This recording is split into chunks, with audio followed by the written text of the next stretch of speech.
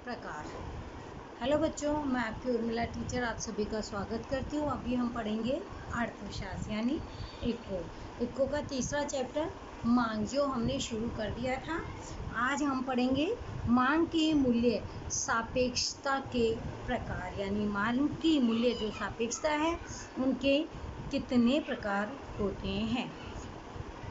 वस्तु की कीमत में परिवर्तन होने से वस्तु की मांग में किस तरह परिवर्तन होता है, यानी किस प्रकार से वस्तु की कीमत बदलती है। अब जब कीमत बदलती है उसके अनुसार ही वस्तु की मांग में भी परिवर्तन होता है। उसके आधार पर मांग की मूल्य सापेक्षता को 5 प्रकार दिए गए हैं।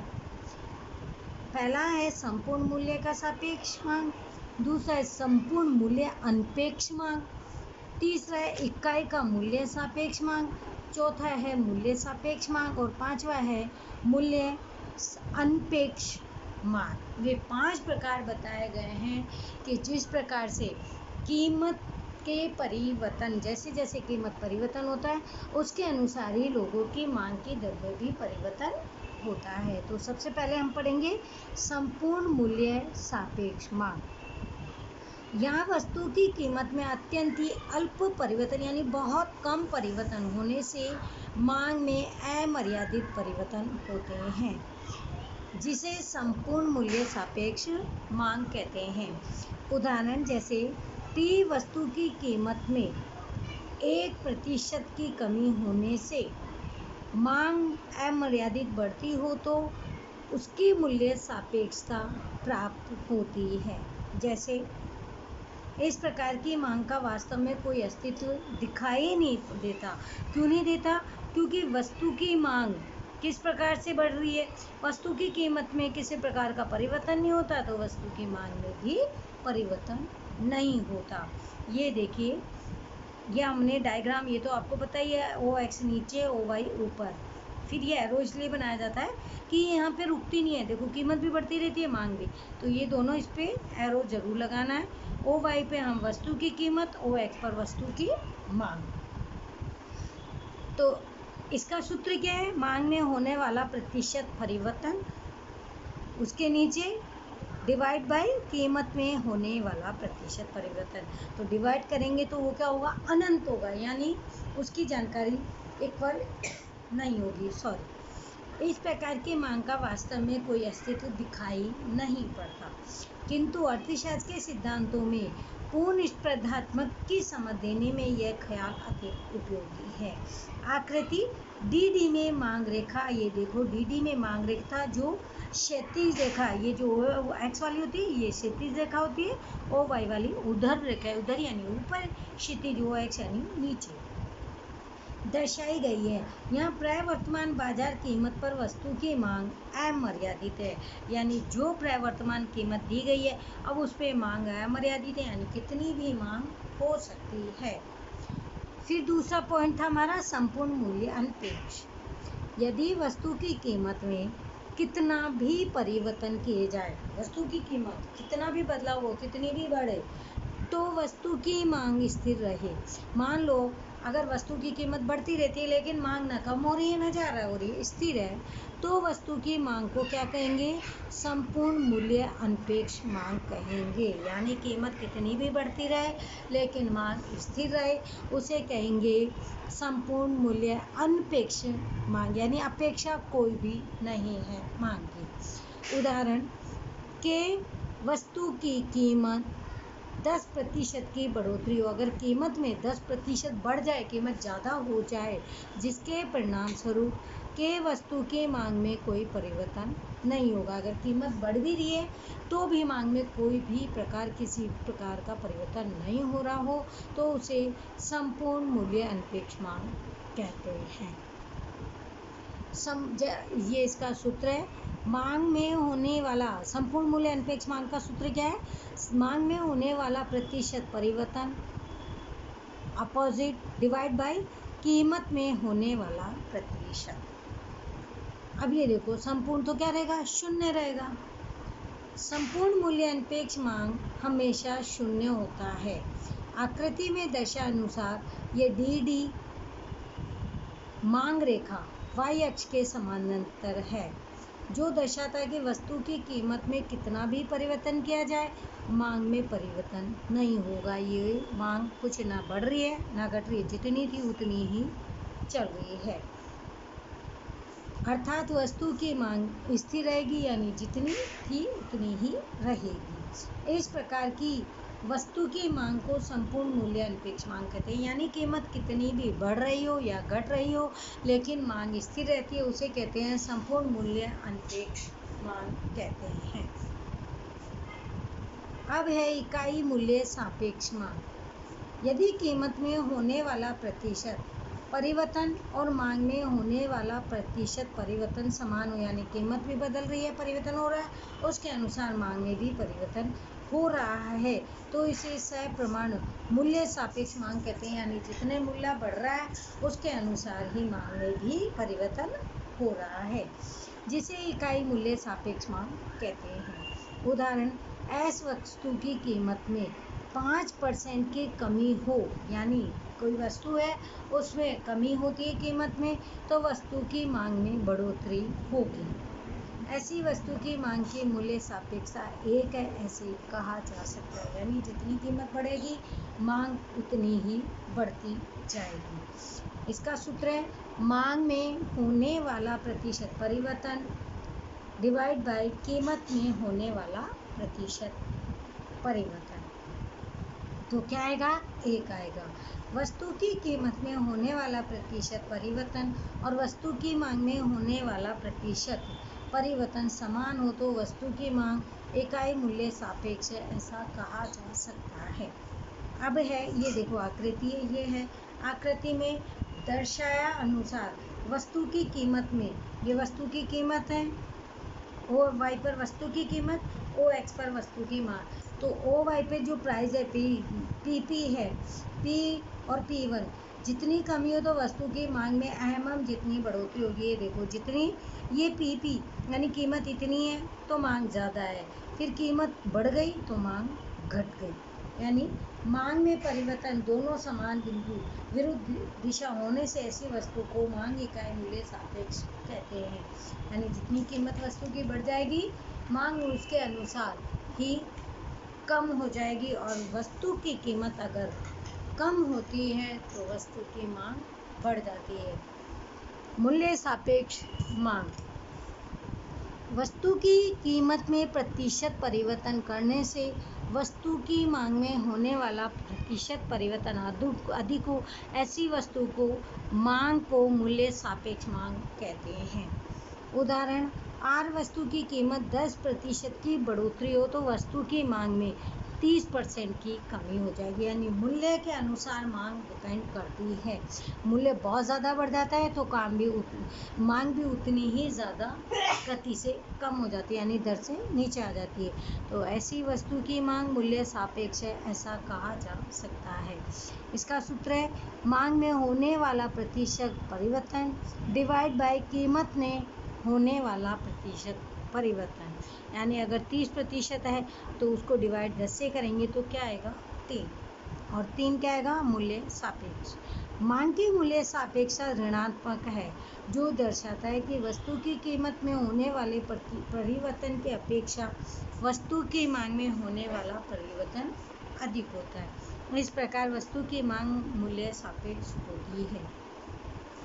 आकृति में वस्तु की कीमत, ये देखिए ओ वाई एक्स पर वस्तु की कीमत, ओ एक्स पर वस्तु की मांग, ये क्षैतिज रेखा होती है ओ एक्स, और ओ वाई होती है ऊर्ध्वाधर रेखा। तो इसमें पी और P1, ये देखिए इसमें क्या है, जितनी बढ़ोतरी होगी, जितनी कीमत बढ़ती जाएगी मांग उतनी ही कम होती जाएगी, यानी जितनी बढ़ोतरी होने से वस्तु की मांग में M1 जितना ही संकुचन होगा उतनी ही मांग कम होती जाती है। यहाँ वस्तु की कीमत में हुई बढ़ोतरी की अपेक्षा मांग में होने वाला संकुचन अधिक है, यानी मांग उतनी ही कम हो जाएगी। सामान्यतः तौर पर मौज शौक मनोरंजन आरामदायी वस्तुओं की मांग मूल्य सापेक्ष होती है, जैसे टेलीविज़न कार, यानी ऐसी वस्तुओं की मांग लोग कम करने लग जाते हैं। अब है मूल्य अनपेक्ष मांग। वस्तु की कीमत में होने वाले प्रतिशत परिवर्तन की अपेक्षा वस्तु की मांग में होने वाला प्रतिशत परिवर्तन कम हो तो ऐसी वस्तु की मांग को मूल्य अनपेक्ष मांग कहते हैं। उदाहरण इसका, जी वस्तु की कीमत में 20% की बढ़ोतरी हो। अगर किसी वस्तु की कीमत में बढ़ोतरी होती है 20% की, तो इसके परिणाम स्वरूप वस्तु की मांग में केवल 5% की कमी होती है, तो वस्तु की मांग मूल्य अनपेक्ष कहा जाता है। यानी बहुत ज़्यादा अगर मांग कीमत नहीं बढ़ती है तो मांग भी उसके अनुसार ही कम फर्क पड़ता है कि कम होती है। इसका सूत्र है मांग में होने वाले प्रतिशत परिवर्तन डिवाइड बाय कीमत में होने वाला प्रतिशत परिवर्तन। तो 5 डिवाइड बाय 20 तो क्या आएगा 0.25, यानी ज़्यादा फर्क नहीं पड़ता है। मांग की मूल्य सापेक्षता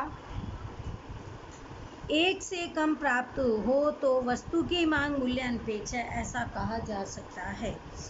आकृति में वस्तु की कीमत में P और P1, ये जो आकृति दी हुई है ये OY कीमत वस्तु की कीमत, OX वस्तु की मांग, OX क्षैतिज रेखा, OY ऊर्ध्वाधर रेखा। कीमत पर ये देखो PP दे रखा है OY पर, जिसकी बढ़ोतरी होने से वस्तु की मांग में MM जितनी गिरावट आएगी, यानी ज़्यादा फर्क नहीं पड़ेगा, थोड़ा बहुत ही फर्क पड़ता है मांग में। यहाँ वस्तु की कीमत में हुई बढ़ोतरी की अपेक्षा मांग में होने वाली गिरावट कम है। सामान्य तौर पर जीवन जरूरी चीज वस्तु की मांग मूल्य अनपेक्ष होती है, जैसे अनाज, दूध, तेल इत्यादि। अब इनके अगर कीमत थोड़ी बहुत बढ़ भी जाती है तो मांग में क्या फ़र्क पड़ेगा, क्योंकि ये हमारी दैनिक चीज़ वस्तु यानी रोज़मर्रा की हमारी आवश्यकताएं होती है, जिसे हमें इन्हें खरीदना ही पड़ता है। अब है मांग की आय सापेक्षता। जिस प्रकार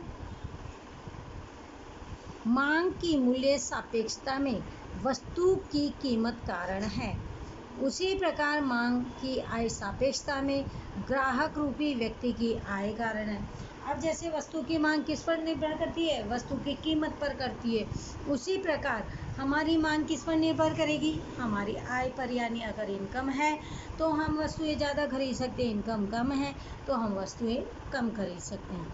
अर्थात मांग की आय सापेक्षता का उपयोग व्यक्ति की आय में होने वाली कमी और वृद्धि के साथ मांग में होने वाली क्रमिक वृद्धि मापने के लिए किया जाता है। अगर व्यक्ति की इनकम अच्छी है, ज़्यादा है, तो वो क्या करेगा, अधिक से अधिक वस्तुओं की मांग करेगा, ज़्यादा वस्तुएं खरीदेगा। लेकिन अगर वस्तु की आय इनकम कम है तो क्या वो ज़्यादा वस्तु खरीदेगा, क्योंकि उनकी मांग होगी नहीं, जितनी उनकी इनकम है उसके अनुसार ही वो अपनी वस्तुएं खरीदता है। यानी क्या जिससे उनकी व्यक्ति की इनकम का प्रभाव भी पड़ता है। अब है मांग की आय सापेक्षता का अर्थ। व्यक्ति की आय में होने वाले प्रतिशत परिवर्तन और मांग में होने वाला प्रतिशत परिवर्तन के अनुपात को वस्तु की मांग की आय सापेक्षता कहते हैं। यानी व्यक्ति की आय में जो होने वाला जो प्रतिशत परिवर्तन होता है उसके अनुसार ही मांग के प्रतिशत भी फर्क पड़ता है, यानी उसका प्रतिशत परिवर्तन भी परिवर्तित होता है, जिसे क्या कहते हैं, वस्तु की मांग यानी आय सापेक्ष कहते हैं। यानी आय के ऊपर डिपेंड करती है वस्तु की मांग और पूर्ति यानी कीमत। ग्राहक रूपी व्यक्ति की आय में होने वाले परिवर्तन को वस्तु की मांग में होने वाले परिवर्तन से भाग देने से आय सापेक्षता प्राप्त होती है, जिसे हम सूत्र के द्वारा समझेंगे। यह है वस्तु की मांग में होने वाला प्रतिशत परिवर्तन डिवाइड बाय व्यक्ति की आय में होने वाला प्रतिशत परिवर्तन। तो हमारा क्या निकलेगा, मांग की आय सापेक्षता निकलती है। मांग की आय सापेक्षता के प्रकार। मांग की आय सापेक्षता के मुख्य 3 प्रकार होते हैं। पहला है हकारात्मक यानी धन आय सापेक्ष मांग। ग्राहक रूपी व्यक्ति की आय में बढ़ोतरी होने से वस्तु की मांग में बढ़ोतरी हो। अगर व्यक्ति की आय में बढ़ोतरी होती है, आय बढ़ जाती है, तो वस्तु की जो मांग होती है वो भी ज़्यादा होती है।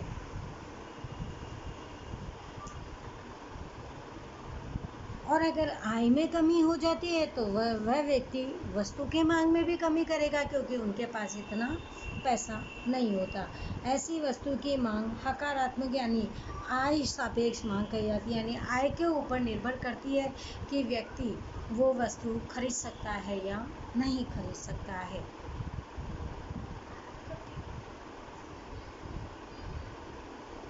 वास्तव में हकारात्मक धन यानी आय सापेक्ष मांग के भी 3 प्रकार होते हैं। पहला है इसमें इकाई आय सापेक्ष मांग।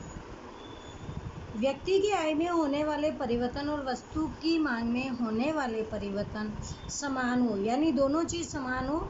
अगर व्यक्ति की आय में जो बदलाव हो रहा है वो भी बदलाव परिवर्तन सेम हो, और वस्तु की मांग यानी दोनों ही जो बदलाव होते हैं परिवर्तन होते हैं दोनों ही बराबर होने चाहिए, तो वस्तु की मांग को इकाई आय सापेक्ष मांग कहते हैं। यानी जितनी आय बढ़ेगी उतनी मांग बढ़ेगी, जितनी आय कम होगी उतनी मांग कम होगी। दूसरा है एक से अधिक आय सापेक्ष मांग। व्यक्ति की आय में होने वाले परिवर्तन वस्तु की मांग में होने वाले परिवर्तन से कम हो। अगर व्यक्ति की आय में जो बदलाव हो रहा है लेकिन वस्तु की मांग में परिवर्तन कम हो, तो ऐसी वस्तु की मांग को एक से अधिक आय सापेक्ष भी मांग कहते हैं। तीसरा है एक से कम आय सापेक्ष मांग। व्यक्ति की आय में होने वाले परिवर्तन वस्तु की मांग में होने वाले परिवर्तन से अधिक है, ऐसे वस्तु की मांग को एक से कम आय सापेक्ष मांग कहते हैं। अगर मांग से ज़्यादा आय में परिवर्तन होता है तो उसे क्या कहते हैं, उसे आय सापेक्ष मांग कहते हैं, यानी आय के ऊपर निर्भर करता है। अब है नकारात्मक आय सापेक्ष मांग। ग्राहक रूपी व्यक्ति की आय में बढ़ोतरी होने से वस्तु की मांग घटे अथवा व्यक्ति की आय में कमी होने से वस्तु की मांग बढ़े, तो ऐसी वस्तु की मांग नकारात्मक आय सापेक्ष मांग कही जाती है। यानी व्यक्ति की आय भी बढ़ रही है लेकिन वस्तु की मांग घट रही है, तो उसमें आय में कमी होने से वस्तु की मांग बढ़े।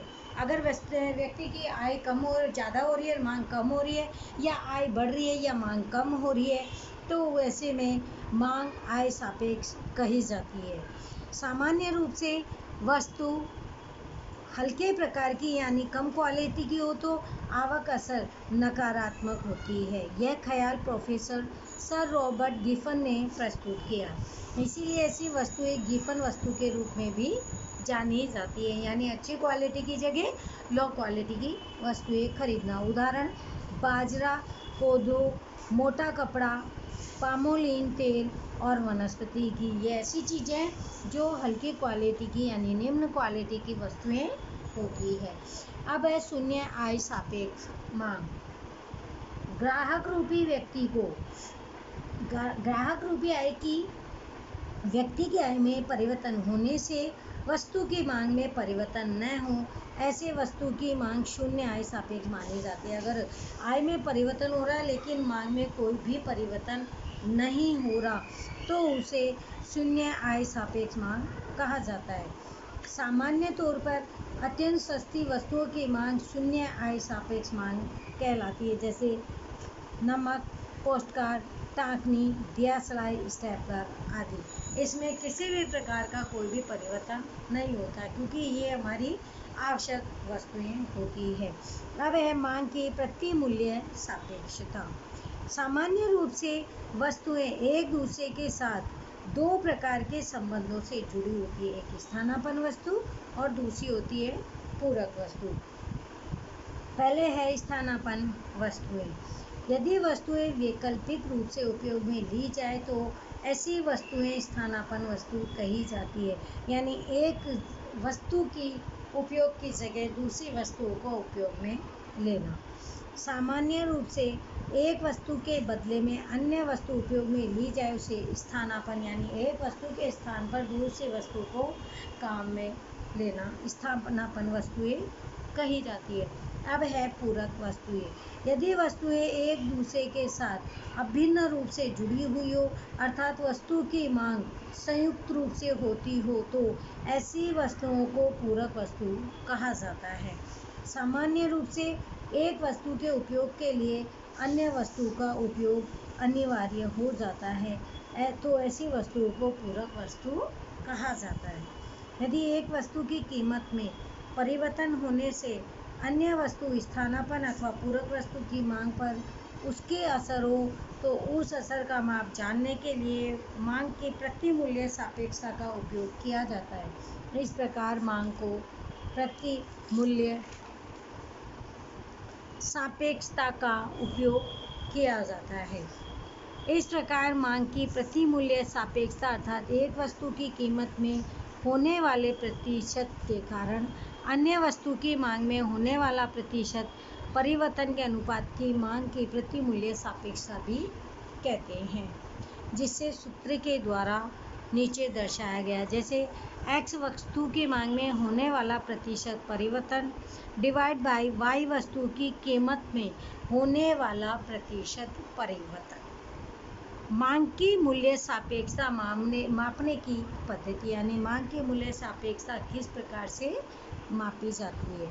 मांग का नियम वस्तु की कीमत में परिवर्तन के कारण मांग में होने वाले परिवर्तन को चर्चा करता है, यानी उस चीज़ की बात करता है जो कि वस्तु की कीमत में अगर परिवर्तन होता है तो मांग में भी परिवर्तन होता है।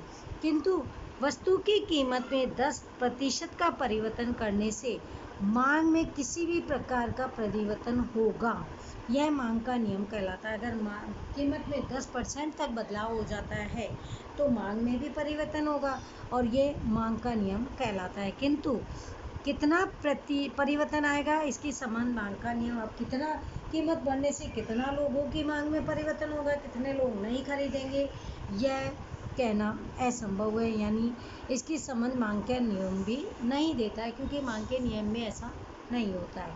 वस्तु की कीमत में होने वाले परिवर्तन से मांग में कितना परिवर्तन होगा, यह मापने की पद्धति को ही मांग की मूल्य सापेक्षता कहते हैं। यानी मांग के मूल्य सापेक्षता के द्वारा यह पता लगाया जा सकता है कि कितने कीमत में कितना परिवर्तन होने से मांग में कितना परिवर्तन होता है। मांग की मूल्य सापेक्षता को 3 अलग अलग रीतियों से मापा जाता है। एक अनुपात की रीति, एक कुल खर्च की और तीसरा है भाव में रीति। यानी इन 3 पद्धतियों के द्वारा ये मापा जा सकता है कि मांग की मूल्य सापेक्षता क्या होगी। और इसी के साथ आज हमारा ये तीसरा चैप्टर जो मांग का है वो कंप्लीट होता है और इसके साथ ही हमारा SA1 का कोर्स भी पूरा हो गया। अब किसी को कोई प्रॉब्लम है तो वो हमसे पूछ सकते हैं। इनके क्वेश्चन आंसर सारे ही करने हैं और सभी को करने भी हैं। अब इसमें तीनों चैप्टर में किसी को कोई प्रॉब्लम हो तो वो हमें पर्सनल कॉल के ज़रिए भी पूछ सकते हैं। ये था हमारा आज का मांग का chapter. Okay, thank you everyone, bye बच्चों। और परीक्षा की तैयारी करते रहना। सभी को 2 नंबर के एग्ज़ाम देना अनिवार्य है, उसके आंसर शीट फुल में मिलेगी। Okay, bye, thank you everyone, bye.